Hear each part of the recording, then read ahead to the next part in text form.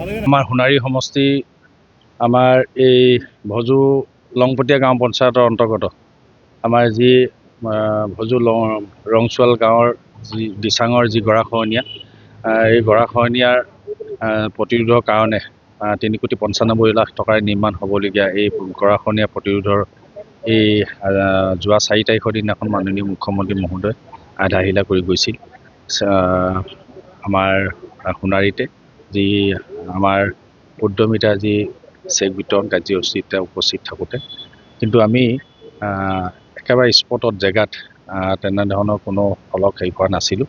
গতিকে আজি সেই ফলকখনৰ কাপোৰ আমি আঁতৰাবৰ কাৰণে এই অনুষ্ঠানটো অনুষ্ঠিত কৰা হ'ল।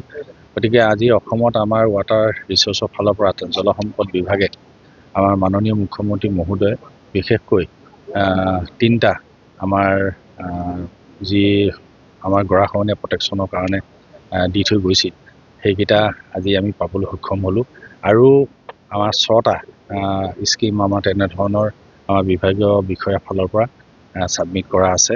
গতিকে সেইকেইটা সম্পূৰ্ণ হ'লে হয়তো আমাৰ দিচাঙৰ গৰাখহনীয়াটো বহুখিনি নিৰ্মূল হ'ব বুলি ভাবিছোঁ। গতিকে আৰু আমাৰ তাওকাক নদী টিয়ক নদী আছে এইবিলাকতো সৰু সুৰা কিছুমান গৰাখহনীয়া আছে তাতো আমি তেনেকুৱা ধৰণৰ দিয়াৰ ব্যৱস্থা আমি কৰিছোঁ। তাৰ পাছতো 2টা আমি এইবাৰ পাইছোঁ। গতিকে আমি মাননীয় মুখ্যমন্ত্ৰীৰ লগতে বিভাগীয় মন্ত্ৰী পীযুষ হাজৰিকা ডাঙৰীয়াকো মই বিশেষভাৱে ধন্যবাদ দিছোঁ। তেওঁ নিজে সেইখিনি আমাৰ পৰা বিচাৰি লৈছিল। মই অৱশ্যে দিয়া ভালেদিন হ'ল, আজি 2 বছৰমানৰ আগতে দিছিলোঁ, কিন্তু এইখিনি চেংচন হোৱাও আজি ভালেকেইটা দিন হ'ল। আগষ্ট মাহৰ 23 তাৰিখৰ দিনাখনেই আমাৰ মুখ্যমন্ত্ৰী মহোদয়ে এইটো ঘোষণা কৰিছিল ডিব্ৰুগড়ত আহি। আমাৰ যিদিনাখন আমাৰ সোণাৰী সমষ্টিৰ ৰিভিউ হৈছিল সেই ৰিভিউ দিনাখনে ভালেকেইটা আমাৰ স্কিম তেখেতে আমাক দি গৈছে। গতিকে তাৰ কাৰণে মুখ্যমন্ত্ৰী মহোদয়ক আমি ধন্যবাদ দিব লাগিব। অকল আমাৰ সোণাৰী সমষ্টি নহয়, অসমখনেই তেখেতে এটা দ্ৰুতগতি উন্নয়ন যে সাধিলে 5টা বছৰত আমাৰ সমগ্ৰ অসমবাসীয়ে দেখিলে।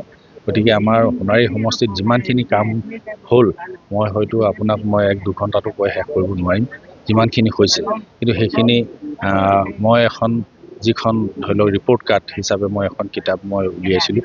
আমাৰ মাননীয় মুখ্যমন্ত্ৰী আৰু সভাপতি ডাঙৰীয়াই কৈছিল ৰিপৰ্ট কাৰ্ড দিবৰ কাৰণে কৈছিল, আমি সেইখিনি দিলোঁ যে প্ৰবুদ্ধ ব্যক্তিসকলৰ সন্মুখত আমিও উন্মোচন কৰিলোঁ। গতিকে আজি সেইখন যদি পাইছে ৰাইজে নিশ্চয় গম পাইছে আমাৰ সোণাৰী সমষ্টিৰ 5টা বছৰত কিমানখিনি কাম হৈছে। গতিকে বিশেষ এইখিনিকে ক'লোঁ। গতিকে আগন্তুক দিনতো আপোনালোকৰ সহযোগ বিচাৰিছোঁ যাতে ভৱিষ্যত সোণাৰী সমষ্টিৰ লগতে চৰাইদেউ জিলাখন অসমখনক আৰু উন্নয়নৰ গতিত আগুৱাই লৈ যাব পাৰে তাৰ কাৰণে আহ্বান জনালোঁ।